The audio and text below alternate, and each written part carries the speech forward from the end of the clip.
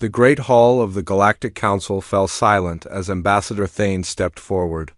His pale skin seemed even whiter under the harsh lights, and his long fingers trembled as he held the datapad containing his people's final plea. The other delegates watched with barely hidden disgust as the Velenaran representative prepared to speak. "Honored council members," Thane began, his voice cracking slightly, "my people face extinction. The Krex Empire has taken 17 of our colonies in the past year alone. They strip our worlds bare and take our children as slaves. We have tried diplomacy, we have offered tribute, we have begged for mercy.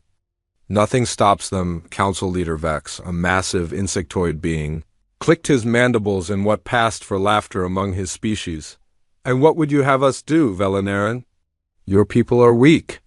You offer nothing of value to the galaxy.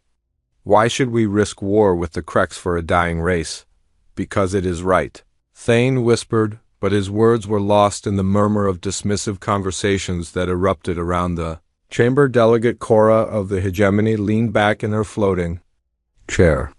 "The Krex are brutal, yes, but they are strong. They follow the natural order. The weak serve the strong, or they perish. This is the way of the galaxy." Thane felt his last hope slipping away. Every major power in the galaxy had turned their backs on his people. The hegemony cared only for profit. The Federation valued stability above justice. The Union feared the Krex too much to act. He closed his eyes and tried to think of anything, any possible salvation. There might be one option," Thane said suddenly, surprising himself. "The new species from Salthri, the humans, they recently achieved faster-than-light travel. Perhaps they would help." The chamber erupted in laughter. Even the usually composed Council Leader Vex made a sound that resembled amusement. "Humans?" Delegate Cora wiped moisture from her eyes. "Those primitive apes barely know how to build a proper spaceship. What could they possibly do against the Krex Empire? They are unknown," Thane said desperately. "Maybe that makes them unpredictable. Maybe they will get themselves killed and solve two problems at once," Vex interrupted. "Very well, Velenaran. Send your message to the humans. When they inevitably refuse or die trying, do not return here again. The Council has spoken." The transmission reached Earth 3 days later. Commander Nix of the Earth Colonial Defense Force read the desperate plea twice before calling an emergency meeting. The small conference room in Luna Station felt cramped. As humanity's top military leaders gathered, "So let me understand this," said General Brooks, a weathered woman with graying hair. "An alien species we've never met wants our help fighting another alien species we've never met. And the entire galactic community thinks we're too primitive to matter." "That's about right," Commander Nix confirmed. "The Velenarans are facing genocide. The Krex Empire apparently specializes in enslaving and destroying other species. Every major galactic power has refused to help." Captain Blake Morrison, a young officer with sharp eyes and prematurely silver hair, leaned forward. "What do we know about human capabilities compared to galactic standard?"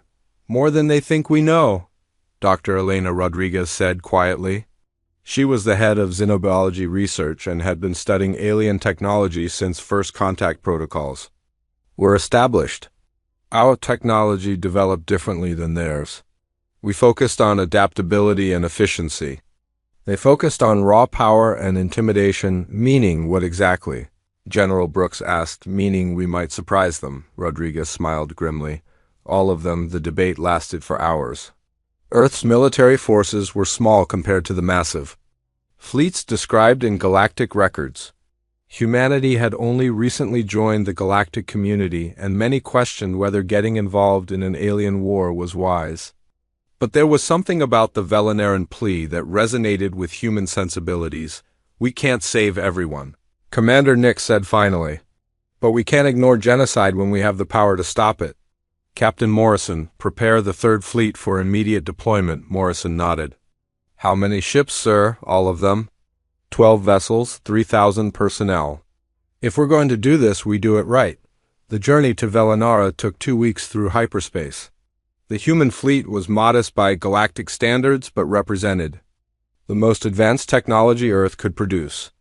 Each ship incorporated lessons learned from studying alien technology, improved with human innovation and practical engineering. When they dropped out of hyperspace near Velanara, Captain Morrison was struck by the beauty of the alien world. It was mostly blue and green, with 3 small moons and rings of ice particles that caught the light of its yellow sun. It looked peaceful, nothing like a world under siege. "Captain," Lieutenant Park called from the communications station. "We're receiving a transmission from the planet.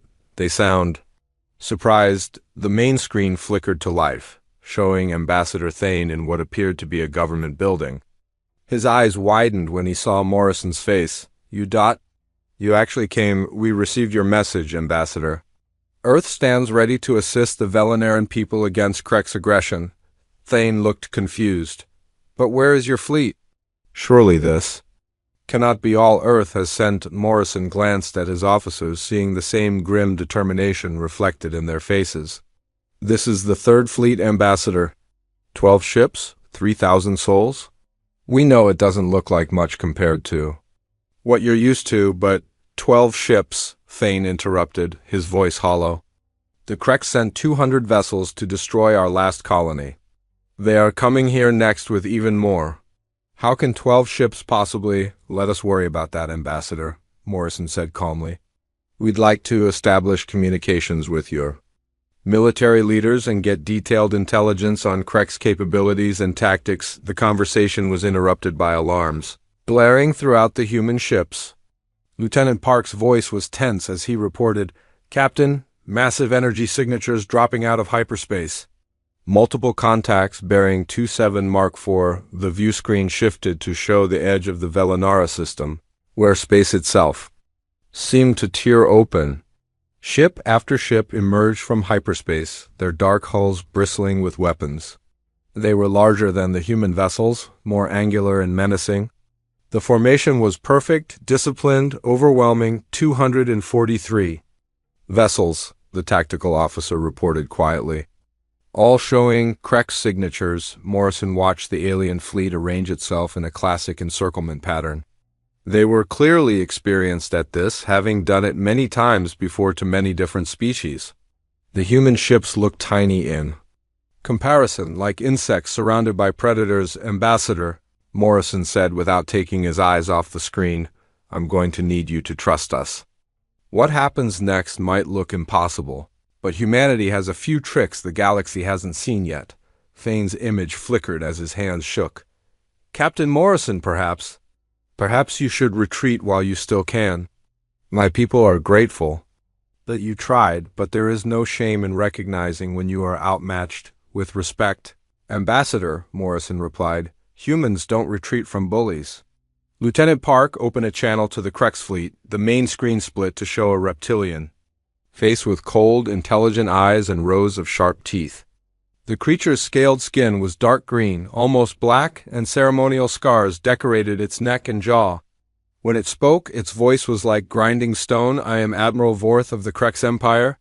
You will identify yourselves immediately and explain why you dare to interfere with Krek's operations." Morrison straightened in his captain's chair. "I am Captain Blake Morrison of the Earth Colonial Defense Force. You will withdraw from this system immediately and cease all hostile actions against the Velanaran people for a moment." Admiral Vorth seemed genuinely surprised. Then he began to laugh, a harsh sound that sent chills through everyone listening. "Humans, yes, we have heard of you. The galaxy's newest primitives. You have made a grave error coming here, Captain Morrison. This system belongs to the Krek's Empire now, as do all the lives within it. This is your only warning, Admiral," Morrison said quietly. "Withdraw immediately." Vorth's laughter stopped abruptly. "You threaten me with 12 ships against my fleet? Your species truly is as foolish as the reports claimed. Very well, human.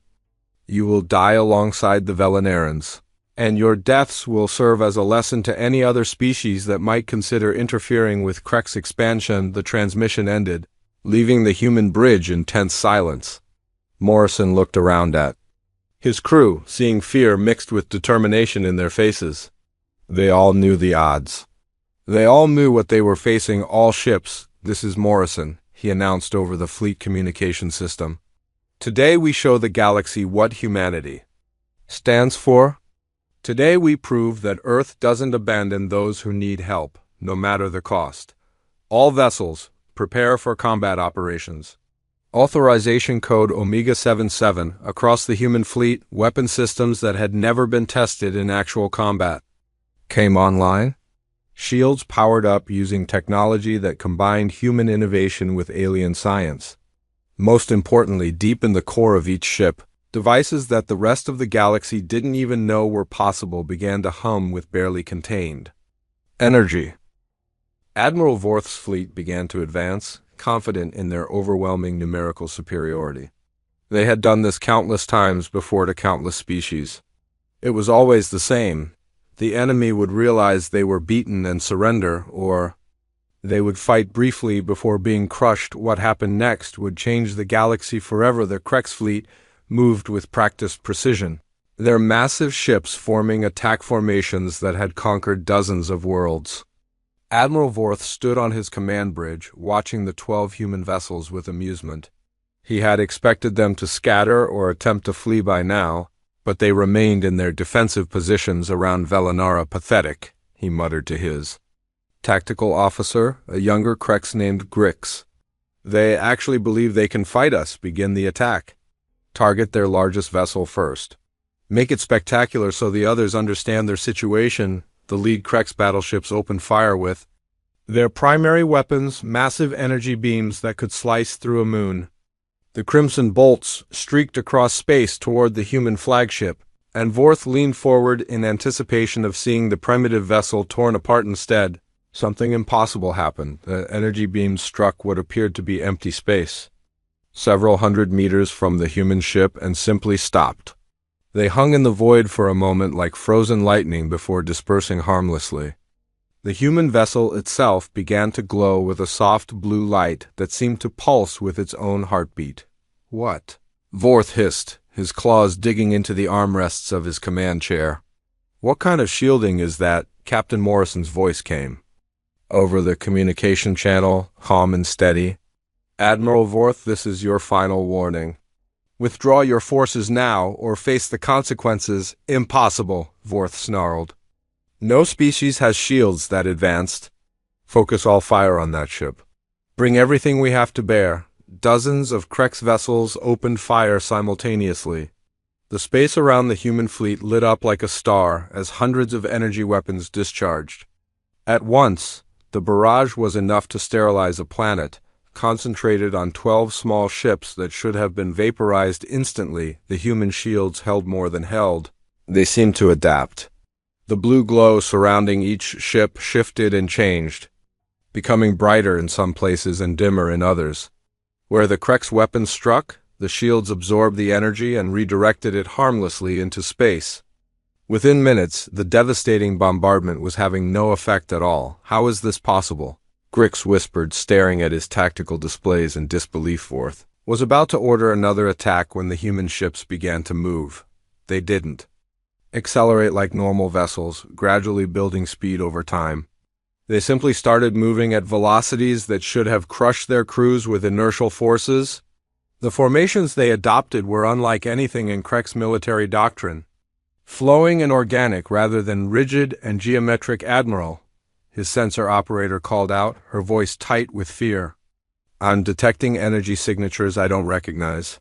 The human ships are powering up weapon systems that aren't in our databases. The first human ship to fire was the destroyer on the fleet's left flank.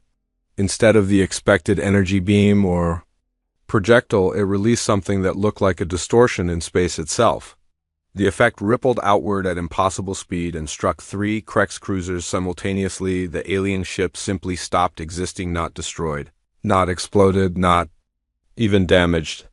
They were there one moment and gone the next, leaving only empty space where they had been. Their crews, their weapons, their armor, everything that made them real had been erased as if they had never existed at all. What weapon does that? Vorth roared, but nobody on his bridge had an answer. The human fleet began firing in earnest. Each weapon seemed different from the last, as if humanity had developed dozens of completely new technologies just for this battle. Some Krek ships were torn apart by gravitational forces that crushed them like empty cans. Others found their hulls phasing through dimensions, leaving their crews floating in vacuum as their vessels became incorporeal. Most disturbing of all were the weapons that seemed to target the Kreks themselves rather than their ships. Entire crews would suddenly stop responding to orders, not dead but somehow changed. When Admiral Vorth demanded reports from these vessels, the responses he received were calm and rational in a way that no Kreks should ever sound. Admiral. 1. Affected captain reported in a flat, emotionless voice, "I have analyzed our tactical situation and determined that this attack is both militarily pointless and morally indefensible. I am withdrawing my ship from combat operations." "You will do no such thing," Vorth screamed. "Return to battle immediately or face execution for cowardice. I do not fear death, Admiral, but I will not participate in genocide," my crew agrees with. This assessment, the communication ended, leaving Vorth staring at a tactical display that showed his fleet falling apart. In less than 20 minutes of combat, he had lost 60 ships to weapons he couldn't understand and tactics he couldn't counter. The humans were fighting like no species in galactic history. Dr. Elena Rodriguez stood in the science bay of the human flagship, monitoring the battle through sensors that operated on principles the Kreks had never discovered. Her team had spent years studying alien technology and biology, preparing for this exact scenario. "Captain," she reported to Morrison over the internal communication system, "the neural disruptor fields are working perfectly. We're seeing complete suppression of aggressive behavior in affected Kreks crews without any permanent damage to their cognitive functions and their weapons technology." Morrison asked, "Primitive compared to what we expected. They rely on brute force rather than innovation. Their shields operate on a single frequency that our phase weapons can easily penetrate." "Honestly, Captain, I'm not sure how they conquered anyone." Lieutenant Park looked up from his station. "Doctor, maybe that's exactly how they did it. Most species probably surrender when they see a fleet this size, rather than actually fighting." Rodriguez nodded thoughtfully. "That would explain their tactical inflexibility. They're used to intimidation warfare, not actual combat against a prepared enemy." Meanwhile, Admiral Vorth was discovering the truth of Rodriguez's assessment. His remaining ships were attempting traditional Kreks battle formations, but the humans seemed to anticipate every move. When his forces tried to encircle the human fleet, the enemy ship simply phased through the encirclement as if it wasn't there. When he ordered concentrated fire on a single target, the human vessels shared their shield energy somehow, making the entire fleet stronger. "All ships, implement Retreat Protocol 7, Vorth finally ordered, his pride warring with his survival instincts. "Jump to hyperspace immediately." But when his ships tried to activate their faster-than-light drives, nothing happened. The familiar energy buildup that preceded a hyperspace jump never came. Instead, his engineers reported something that made Vorth's blood run cold. "Admiral, our jump drives are non-functional. Some kind of quantum interference is preventing us from entering hyperspace. The field appears to be generated by the human ships." Vorth slumped in his command chair, finally understanding that he wasn't just outgunned, he was outclassed in every possible way. The humans had somehow developed technology that made the entire Kreks fleet obsolete. Worse, they had done it in secret, letting the galaxy believe they were primitive newcomers while preparing weapons that could neutralize any threat. "Open a channel to the human fleet," he said quietly. Captain Morrison's face appeared on the main screen, showing no emotion despite his overwhelming victory. "Admiral Vorth, are you ready to discuss terms?" "What terms?" Vorth asked bitterly. "You have defeated us completely. Our ships cannot flee, our weapons cannot harm you, and our warriors are being turned against us by your strange technologies." "What terms could there possibly be?" "Simple ones," Morrison replied. "You will release all Velenaran prisoners and return all stolen property to their rightful owners. You will withdraw from Velenaran space and never return. In exchange, we will repair your jump drives and allow you to leave." Vorth laughed, but there was no humor in the sound. "And if we refuse, Then you stay here forever, Admiral. Your choice. The Krex commander looked around his bridge at the faces of his officers. They were warriors bred for conquest, raised to believe that strength was the only virtue that mattered. But strength meant nothing when facing an enemy that could erase you from existence with weapons. You couldn't even understand very well, human. We accept your terms. As the Krex fleet began complying with human demands. Ambassador Thane sat in his office on Velanara, staring at reports he couldn't quite believe. 12 human ships had defeated a force 20 times their size without losing. A single vessel. The battle had lasted less than an hour, and most of that time had been spent waiting for the Krex to surrender his aid. A young Velanaran named Kira entered the room carrying more datapads. Ambassador, we're receiving communications from across the sector. Word of the battle is spreading faster than we can contain it. What are they saying? Thane asked wearily that humanity has technology beyond anything in galactic civilization. That humans can fight impossible odds and win. That Earth might be the most dangerous species anyone has ever encountered. Thane nodded slowly. He was beginning to understand why the other galactic powers had been so quick to dismiss human capabilities. It wasn't because humans were weak, it was because they were unknown. And in galactic politics, unknown meant unpredictable, which meant dangerous. Kira, he said quietly, send a message to Captain Morrison. Tell him that Velanar is grateful for their assistance, and ask when Earth expects to receive our surrender. Sir? Kira looked confused. Why would we surrender? To the humans? They saved us. Thane looked out his window at the human ships still orbiting his world, their strange blue glow clearly visible against the stars.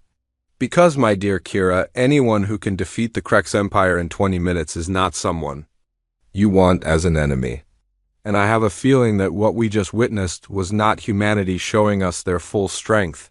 It was humanity showing us their mercy in the depths of space. Admiral Vorth's damaged fleet limped away from Velanara with their jump drives barely functional. The Admiral himself sat alone in his quarters, composing a report that would shake the foundations of the Krex Empire. The humans had not just defeated them. They had demonstrated casual superiority over every aspect of Krex military technology. But more disturbing than their weapons or their shields was their restraint. They could have destroyed the entire fleet effortlessly, but instead chose to disable and capture. That suggested a level of strategic thinking that terrified Vorth more than any weapon. His communication panel chimed, and he saw an encrypted message from Krex High Command. They had been monitoring the battle through long-range sensors and wanted an immediate debriefing. Vorth stared at the message for a long time before finally activating his recorder. This is Admiral Vorth, reporting on the engagement at Velanara. The human forces demonstrated technological superiority beyond our current understanding. Recommend immediate cessation of all operations in human-claimed space and emergency. Council session to discuss new threat assessment protocols. He paused, considering his next words carefully. The humans are not primitives. They are apex predators, disguised as prey. And I believe they have been watching us far longer than we have been watching them. The message was sent through the fastest communication channels the Krex Empire possessed, but Vorth doubted it would arrive in time to prevent the disaster he saw coming, because he had seen something in Captain Morrison's eyes during their final conversation, something that suggested this battle had been less of a rescue mission and more of a field test. The humans were learning about galactic warfare, and they were very fast learners. Indeed, the Krex homeworld of Garak Prime received Admiral Vorth's message 3 days after the battle at Velanara. Emperor Gorthak read the report while standing in his private chamber, a massive room decorated with the skulls of conquered species and weapons taken from defeated enemies. The walls were covered with star maps showing the extent of Krex territory. Dozens of systems marked in red to indicate complete conquest. Gorthak was larger than most of his species, standing nearly 3 meters tall with scars that told the story of his rise to power. He had personally led the conquest of 7 worlds and had never known defeat in over 50 years of warfare. The idea that some unknown species could defeat a full Krex battle fleet seemed impossible. Summon General Kairos. He commanded his aide. A smaller Krex, whose role was to carry out the Emperor's orders without question when Kairos arrived, the general was already reviewing tactical data from the Velinara engagement. He was younger than the Emperor, but equally experienced in warfare. Having conquered more worlds than any other Krex commander in history, your thoughts? Gorthik asked without preamble. The humans have technology we don't understand, Kairos replied. Bluntly, but technology can be overcome with superior numbers and better tactics. Vorth made the mistake of underestimating them. I will not. The Emperor studied the star charts on his wall, his claws tracing the borders of Krex space. How many ships can we muster for a full assault? 3,000 vessels, including the entire home fleet. Every ship we have except for essential defense forces. Prepare them for immediate departure. I will lead this expedition personally. Kairos looked surprised. My Emperor, surely there is no need for you to risk yourself against these primitives. Gorthik's eyes glowed with predatory hunger. Any species that can defeat Vorth's fleet deserves my personal attention. Besides, when word of this victory spreads, other races might begin to think the Krex Empire can be challenged. We need to crush the humans so completely that no one will ever dare to follow their example. Within hours, the largest military fleet in Krex history was being assembled. Ships were recalled from patrol duties across the Empire, commanders were briefed on the new threat, and weapons that had never been used outside of planetary bombardments were loaded aboard the Emperor's flagship. Meanwhile, on Velinara, Captain Morrison was having a very different conversation with his senior staff. The human fleet had taken orbital positions around the planet, but instead of celebrating their victory, the officers seemed troubled. Sir, Lieutenant Park began hesitantly. I've been analyzing our engagement with the Krex fleet, and I have some concerns about our next moves. Morrison looked up from the intelligence report spread across his desk. Go ahead, Lieutenant. The way Admiral Vorth's forces were organized, their weapon configurations, even their tactical responses, everything suggests this was a standard Krex expeditionary force, not their main military power.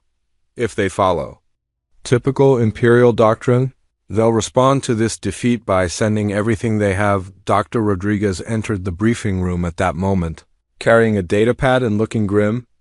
I've been studying the biological samples we collected from the disabled Krex vessels, and James is right to be concerned. The neural structures we observed indicate a species that's been selectively bred for aggression over thousands of years.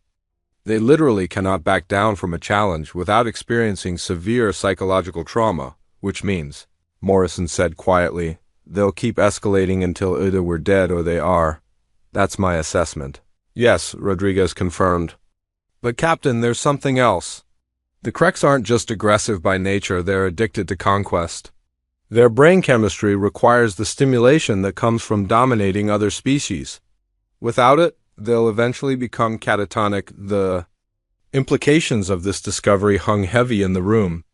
The humans had hoped that demonstrating superior technology would be enough to deter further Krex aggression.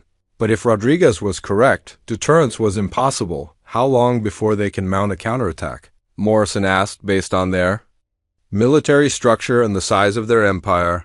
Park calculated quickly. I'd estimate 2 to 3 weeks for them to assemble a truly massive force. Morrison stood and walked to the viewport, looking down at Velinara's surface. The planet was beautiful, but he could see the scars left by Krex raids. Burned cities and empty settlements where populations had been taken as slaves. Dr. Rodriguez, in your professional opinion, is there any way to coexist peacefully with the Krex Empire? Rodriguez was quiet for a long moment. Not as they currently exist, no. Their entire civilization is built on the systematic destruction of other species. They're not evil in the way humans understand evil. They're simply incapable of existing without causing suffering. Then we need to prepare for total war, Morrison said grimly. And we need to make sure that when it's over, this can never happen again to anyone. He turned back to his officers. I want detailed intelligence on every Krex world, every military installation, every population center. I want to know their command structure, their supply lines, their cultural weaknesses. Everything, sir? Park looked uncomfortable. That sounds like you're planning something more than just defensive operations. Morrison met his gaze steadily. Lieutenant, when humanity decides that something is a threat to innocent life, we don't just defend against it. We solve it permanently. Ambassador Thane was in his office when the human request arrived. Captain Morrison was asking for complete intelligence files on the Krex Empire, including detailed star charts, population data, and military assessments. The scope of the request was staggering. He wants to know everything, Thane muttered to himself, scrolling through the list of requested information.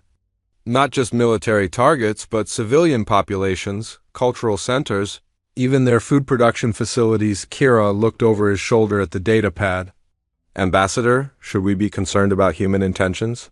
This information could be used for what the galaxy should have done centuries ago, Thane interrupted. Kira, do you know how many species the Krex have completely exterminated? No, sir, 47. Entire civilizations wiped from existence. The Krex don't just conquer worlds, they erase the very memory of the people who lived there before Thane activated his communication system and began transmitting every piece of intelligence the Velenaran Republic had gathered on their tormentors over the past century. If the humans were planning what he thought they were planning, they would need all the help they could get. On the human flagship, Dr. Rodriguez was making discoveries that confirmed Morrison's worst fears about the coming war. The captured Krex technology revealed a species that had turned warfare into an art form, but not in the way most civilizations. Understood it, Captain, she reported during the daily briefing. I've analyzed their weapon systems and ship designs, and everything is optimized for terror rather than efficiency. Their plasma cannons are designed to cause maximum pain before death. Their troop transports include facilities for live vivisection. Even their ship hulls are decorated with the bones of their victims. They're not just conquerors, Morrison realized. They're sadists on a galactic scale. It gets worse, Rodriguez continued. I've been studying their historical records, and the pattern is always the same. They'll invade a system, capture the population, and then spend months torturing them for entertainment before finally killing them. The actual military conquest is just the beginning of a process that can take years to complete. Lieutenant Park had been monitoring galactic communications and had troubling news of his own. Sir, long-range sensors are detecting massive fleet movements throughout Krex space. They're pulling ships from every sector and concentrating them at Garrick Prime. How many ships are we talking about? Morrison asked. Conservative estimate. 3,000 vessels. Possibly more. The bridge fell, silent as the implications sank in. The human fleet had performed admirably against 200 Krex ships, but 3,000 represented a challenge of an entirely different magnitude, sir. Park continued quietly. There's something else. Intelligence intercepts suggest that Emperor Gorthak himself is leading this force. Morrison walked to the tactical display and studied the star charts showing Krex territory. It was vast, spanning dozens of systems and containing billions of lives, all of them dedicated to the systematic destruction of other species. Dr. Rodriguez, he said finally, how long would it take to synthesize enough neural inhibitor compound to affect an entire population? Depends on the size of the population, she replied. For a single world, maybe a few days using our onboard fabrication systems. For an entire interstellar empire, months. I understand. Morrison turned to face his senior staff. I'm going to share something with you that's classified at the highest levels of Earth government. When humanity first achieved faster-than-light travel, we weren't exploring for scientific knowledge or new resources. We were looking for threats. The officers exchanged glances but remained silent. Our scientists had theorized that any species capable of interstellar travel would eventually become expansionist and aggressive. We prepared for the possibility that we might encounter civilizations that posed existential threats to human survival. The technology we've been using, Park said slowly, it wasn't developed for exploration, it was developed for war, Morrison confirmed. Total war, if necessary. The neural inhibitors, the quantum interference systems, the phase weapons, all of it was designed with one goal in mind, the complete neutralization of hostile civilizations. Dr. Rodriguez looked troubled. Captain, are you saying that Earth has been planning genocide? No, Doctor. Earth has been planning rehabilitation. There's a difference. Morrison activated the secure communication system and began composing a message to Earth Command. The situation at Velanara had escalated beyond a simple rescue mission, and humanity's leadership needed to understand what they were truly facing. This is Captain Morrison aboard the flagship Unity, reporting on Operation Mercy's Hand, the Krex. Empire represents a clear and present danger not just to the Velanaran people, but to all organic life in this sector of the galaxy. Recommend immediate implementation of Protocol 7 across all Krex territories. He paused before adding the final line that would change everything. Request permission to proceed with species-wide behavioral modification of the Krex Empire. The message was transmitted through the most secure channels humanity possessed, encoded with quantum encryption that would take the combined computational power of the entire galaxy millions of years to break. Within hours, it would reach Earth and trigger discussions that would determine the fate of billions of lives, but Morrison suspected he already knew what the answer would be. Humanity had not come to the stars to be passive observers. They had come to ensure that the horrors they had witnessed in their own history would never be repeated on a galactic scale. The Krex Empire represented everything humans had learned to fear and hate about intelligent life, and humanity had spent decades preparing for exactly this scenario. Emperor Gorthak's fleet would arrive at Velanara, expecting to face 12 human ships in a conventional battle. Instead, they would discover that they had challenged a species that thought several moves ahead and prepared for every possible outcome. The war that was coming would not be fought over territory or resources. It would be fought over the very nature of civilization itself. Emperor Gorthak stood on the bridge of his flagship World Eater, watching the stars streak past as his massive fleet approached Velanara. 3,000 ships surrounded him in perfect formation, representing the full military might of the Krex Empire. He had brought planet-killer weapons, orbital bombardment platforms, and enough firepower to sterilize entire star systems. My Emperor. General Kairos reported from his position at the tactical station. We will reach the Velanara system in 6 hours. Long-range sensors show only empty space around the planet. Gorthak's scarred lips curved into what passed for a smile among his species. The humans have fled like the cowards they are. No matter, we will hunt them down and make examples of them. That will echo across the galaxy for 1,000 years, but as the Krex fleet dropped out of hyperspace at the edge of the Velanara system, they discovered something that defied all tactical logic. The planet appeared completely abandoned. No ships. In orbit, no defensive installations, no signs of military preparation. Even the Velanaran cities seemed empty. Where is everyone? Kairos muttered, studying his sensor readings with growing confusion. Gorthak was about to order a full planetary scan when his communications officer received a transmission on an open channel. Captain Morrison's face appeared on the main screen, and he looked remarkably calm for someone who should be facing certain death. Emperor Gorthak, Morrison said with what sounded like genuine respect, "Welcome to Velanara. I hope your journey was pleasant." "Where are your ships, human?" Gorthak demanded. "Where are your defenses, currently studying your fleet from positions you cannot detect?" Morrison replied matter-of-factly. "We've had 3 weeks to prepare for your arrival, and we've used that time wisely." The Emperor laughed, a harsh sound that echoed through his bridge. "You think hiding will save you? I have brought 3,000 ships, human. Enough to crack this planet like an egg and hunt you down wherever you might be cowering." "I don't doubt it," Morrison agreed. "Your fleet is impressive. But before we begin what I suspect will be our final conversation, I'd like to ask you a question. In all your years of conquest, has any species ever offered to surrender to you voluntarily?" Gorthak was taken aback by the unexpected question. "Of course not. Fear and submission must be earned through superior force." "I see. Then this will be a new experience for both of us." Morrison's image flickered slightly as he adjusted something off-screen. "Emperor Gorthak, I am hereby offering the unconditional surrender of all human forces in this system. We will power down our weapons, disable our shields, and submit to your authority." The Krex bridge fell silent. This was not how conquests were supposed to proceed. Enemies were supposed to fight, to struggle, to provide the psychological satisfaction that Krek's physiology required. What trickery is this? Gorthik snarled. No trickery, Morrison assured him. Humanity has analyzed your species extensively over the past 3 weeks, and we've reached some interesting conclusions.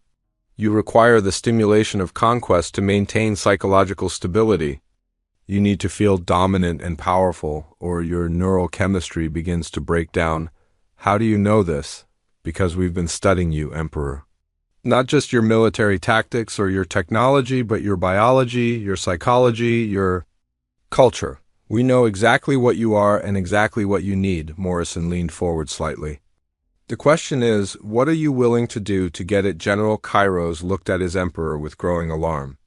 My lord, this feels like a trap.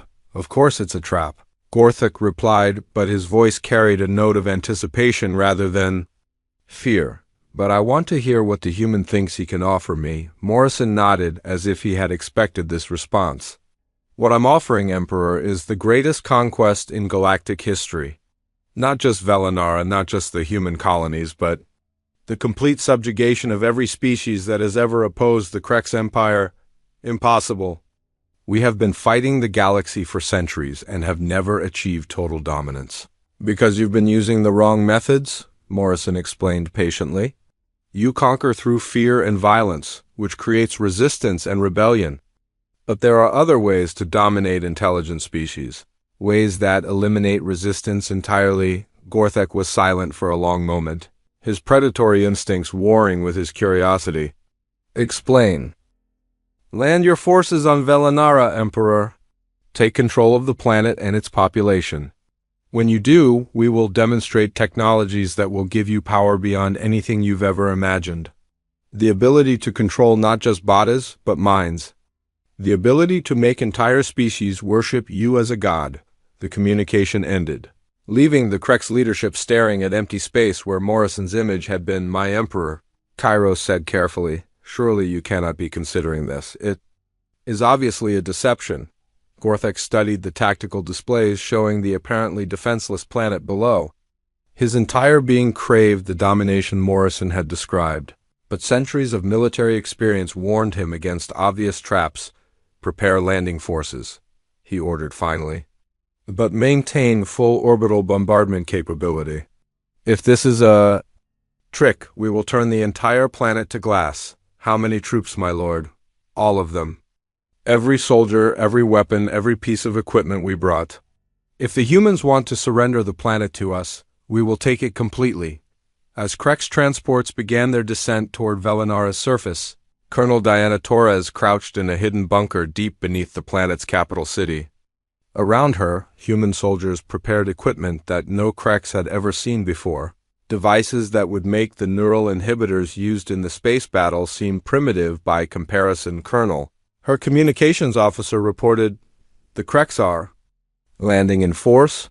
Estimated 200,000 troops across 6 landing zones, Torres nodded grimly. And the civilian population safely evacuated to the deep shelters as planned.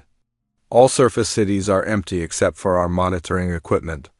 Good. Initiate Phase 2 across the planet. Camouflaged human installations came online. They weren't weapons in any conventional sense, but rather broadcasting stations that transmitted on frequencies the Kreks had never discovered.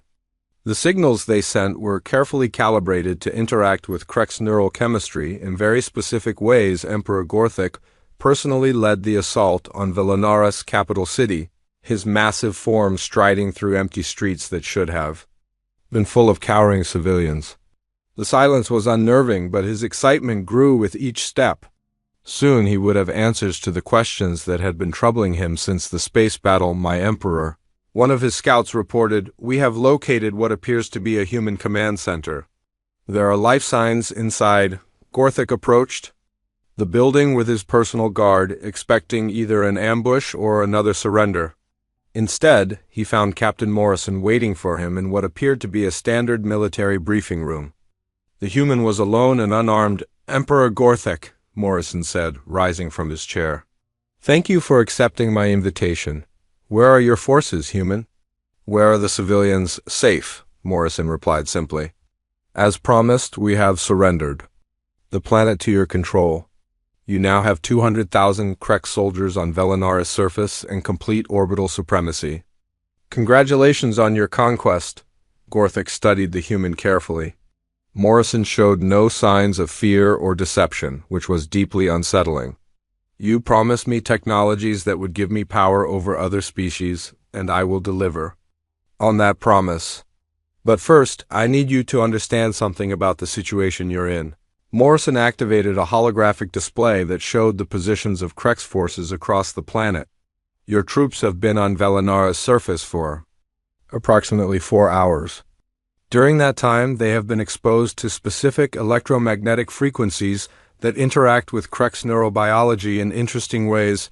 What are you talking about? Tell me, Emperor, how are you feeling right now? Are you experiencing the usual satisfaction that comes from successful conquest? Gorthik paused, realizing that Morrison was right. He should be feeling the rush of domination that came with crushing an enemy, but instead he felt strangely calm and analytical. What have you done to me? The same thing we're doing to every Krex on this planet, Morrison explained calmly. We're curing you of the neurochemical addiction that drives your species to constant warfare. Impossible.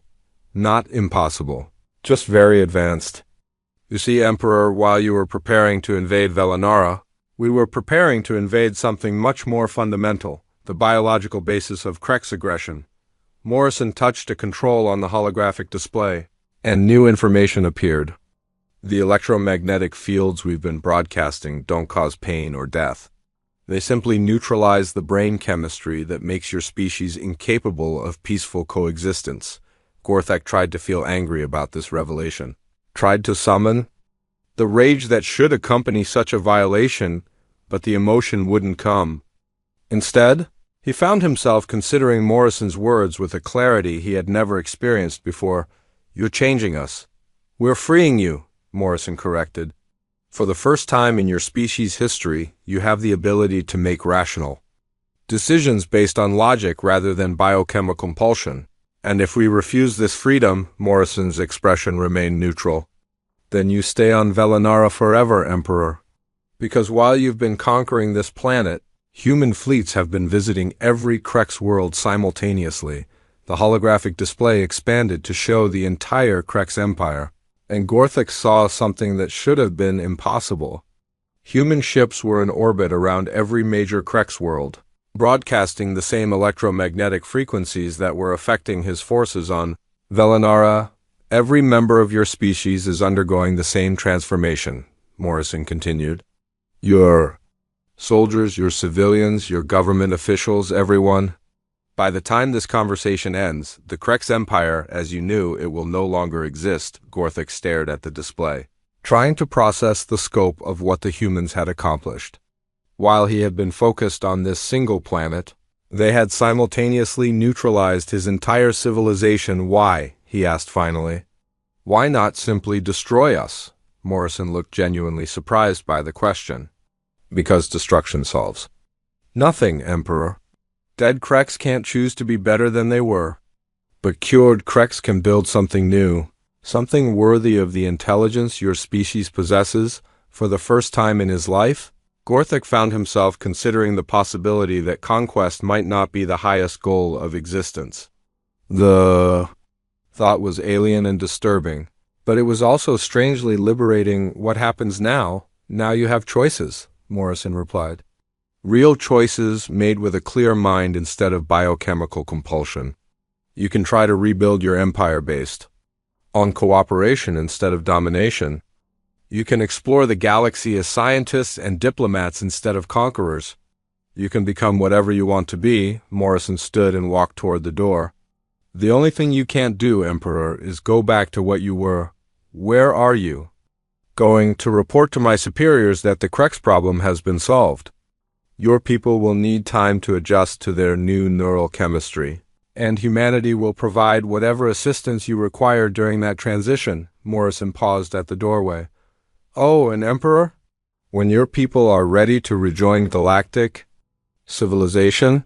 Earth would be honored to sponsor your application for membership in the Galactic Council as Morrison left the room.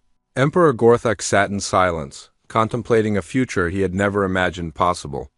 For the first time in his life, the idea of peace seemed more appealing than the prospect of war, and across the galaxy, 3 billion Kreks were having the same revelation simultaneously. The emergency session of the Galactic Council convened 3 days after the reports began arriving from across Krek space.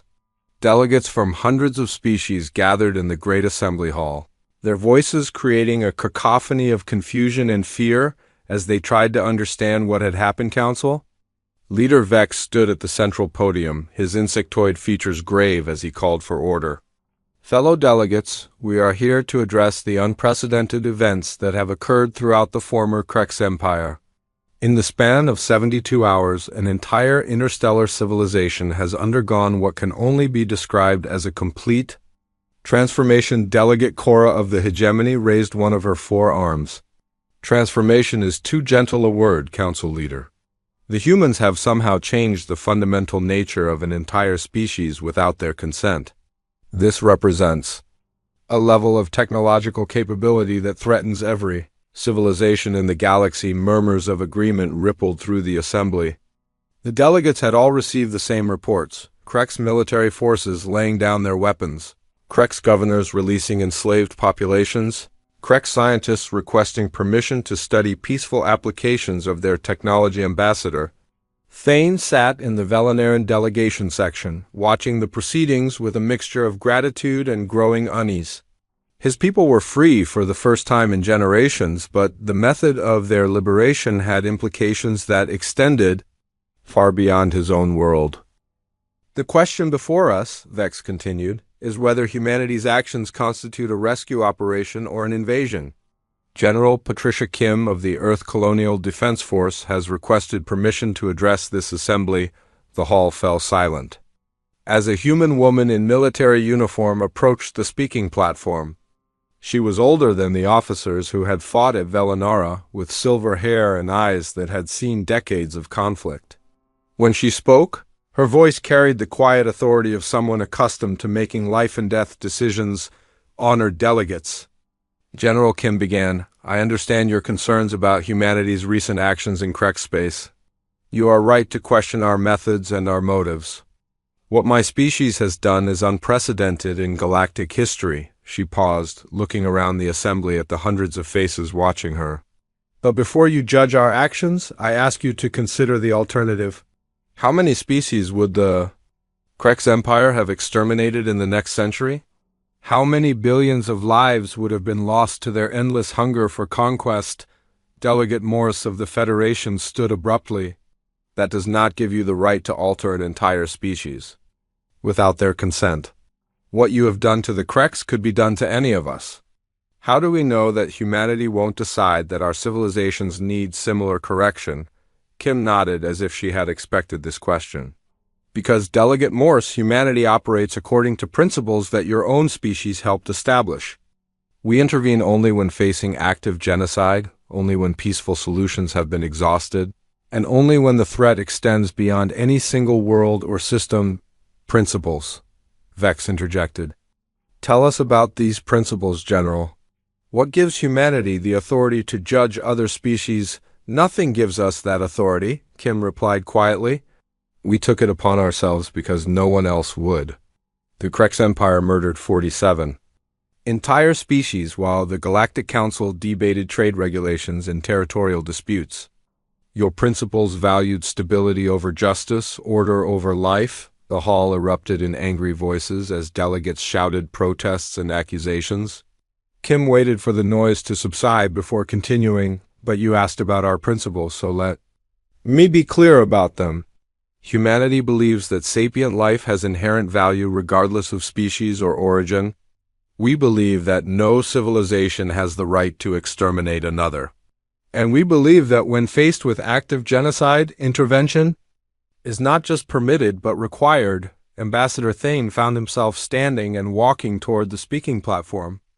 As the representative of the species humanity had saved, his words would carry special weight in this debate. If I may, Thane said, his voice carrying clearly through the hall. The Velenarum people have some experience with both Krek's aggression and human intervention. He turned to face the assembly. For 3 generations, my people begged this council for help against Krek's expansion. We offered trade agreements, territorial concessions, even voluntary tribute. We were told repeatedly that the galaxy could not interfere in legitimate territorial disputes. The Kreks were expanding within their recognized sphere of influence. Delegate Cora protested. Intervention would have violated established protocols. Protocols, Thane repeated bitterly. While you debated protocols, the Kreks enslaved my children and turned my homeworld into a hunting preserve. When we finally faced complete extinction, this council told us we were too weak to deserve protection. He gestured toward General Kim. Humanity didn't debate protocols. They didn't form committees or issue position papers. They saw genocide in progress and stopped it. Yes, they changed the Kreks without permission. But the Kreks were committing atrocities without permission as well. That's different, Morse argued. Military conquest is regrettable but natural. Biological alteration of an entire species is monstrous. Is it? A new voice asked from the gallery. The assembly turned to see a figure that sent shock waves through the hall. A Kreks was standing in the visitors section, but this was unlike any Kreks they had ever seen. Gone was the predatory posture and aggressive demeanor that characterized the species. Instead, this individual stood calmly, his large eyes reflecting intelligence rather than hunger. I am Gorthik, former emperor of the Kreks Empire, he said, his voice carrying none of the menace his species was known for. I have requested permission to address this assembly because I believe my perspective on recent events may be valuable. Council leader Vex was too shocked to speak. The idea of a Kreks voluntarily appearing before the galactic council was inconceivable, Gorthak continued without waiting for permission.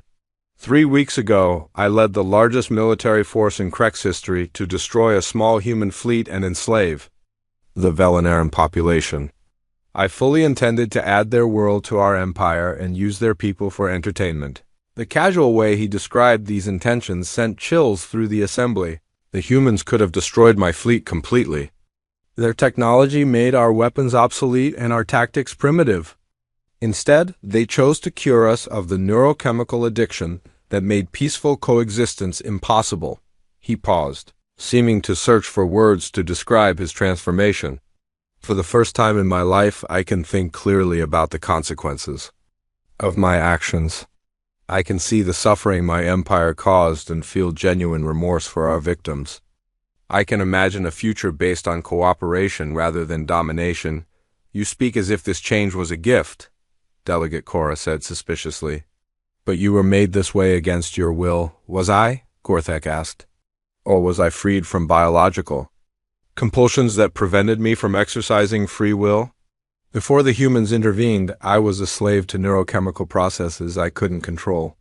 Now I can choose who I want to be. Dr. Elena Rodriguez approached the platform carrying a data pad filled with scientific analysis. If I may provide some clarification, she said. The neural modifications we applied to the Kreks don't control their behavior or limit their choices. They simply remove the biochemical addiction to aggressive domination that made peaceful behavior impossible. You're saying the Kreks can still choose to be violent? Vex asked. Absolutely. They can still defend themselves, still compete for resources, still disagree with other species. What they can't do is derive psychological satisfaction from causing unnecessary suffering, Gorthak nodded. Dr. Rodriguez is correct. I am still myself, simply freed from compulsions that I now recognize were destroying both my species and countless others. The debate continued for hours as delegates struggled to understand the implications of humanity's actions. Some argued that the precedent was too dangerous to accept, that any species with the power to alter others represented an existential threat. Others pointed out that the results spoke for themselves. Genocide had been stopped, slaves had been freed, and an entire civilization had been given the chance to become something better finally. Council leader Vex called for a recess to allow delegates to consult with their governments. As the assembly dispersed, General Kim found herself approached by Ambassador Thane. General, he said quietly, there is something the Council needs to know about humanity's capabilities. What's that? Ambassador, this wasn't a one-time operation. Was it? Your species has the ability to do this to any civilization you choose. Kim met his gaze steadily. Yes, we do. And you have ships watching every major world in the galaxy right now. We have ships studying every major civilization. Yes. We need to understand who we're dealing with before we can determine whether intervention might be necessary. Thane felt a chill as he realized the true scope of humanity's strategic thinking. You're not just responding to threats, you're actively looking for problems to solve. We're looking for civilizations that pose dangers to others, Ambassador. Most species in the galaxy are peaceful or at least manageable. But some, like the Kreks, represent active threats to the survival of organic life itself. And what happens to those species? Kim's expression remained neutral. They get the same choice the Kreks received, Ambassador. They can continue as they are and face the consequences, or they can accept our help in becoming something better. As Thane walked away, he understood that the galaxy had fundamentally changed. Humanity hadn't just defeated the Kreks Empire, they had announced their presence as a new kind of power, one that operated according to principles no other species had ever attempted to enforce on a galactic scale. When the Council reconvened the next day, the debate took on a different character. The question was no longer whether humanity's actions were justified, but what the galaxy's relationship with Earth would be going forward. The humans have demonstrated abilities that make traditional concepts of sovereignty meaningless. Delegate Morse argued, if they can alter an entire species overnight, what's to stop them from deciding that our civilizations need correction? Perhaps. Vex suggested, the question is not how to stop them, but how to ensure we never give them reason to try. The final vote was closer than anyone had expected. But ultimately, the Galactic Council chose to formally recognize humanity's intervention in Kreks space as a legitimate response to ongoing genocide. The precedent was established: species that posed existential threats to others would face correction rather than conquest. As the assembly concluded, Ambassador Thane watched General Kim prepare to leave. General, he called out, one final question. Of course. Ambassador, how many other species has humanity already identified as potential problems? Kim smiled, but there was no warmth in the expression. Ambassador, humanity has been observing galactic civilization for longer than most species realize. We've identified 17 civilizations that show concerning patterns of behavior and what happens to them. They receive the same message we're sending to everyone else today, Kim replied. Humanity is now accepting diplomatic relations. The galaxy can choose to work with us toward a more peaceful future, or they can discover what we're capable of when that cooperation is refused, as the human delegation departed, leaving behind a galaxy forever changed by their arrival. One message echoed through every major civilization's communication networks. Earth extends formal diplomatic relations to all species. We look forward to working together toward a galaxy where no civilization needs to fear extinction at the hands of another. This invitation is not optional.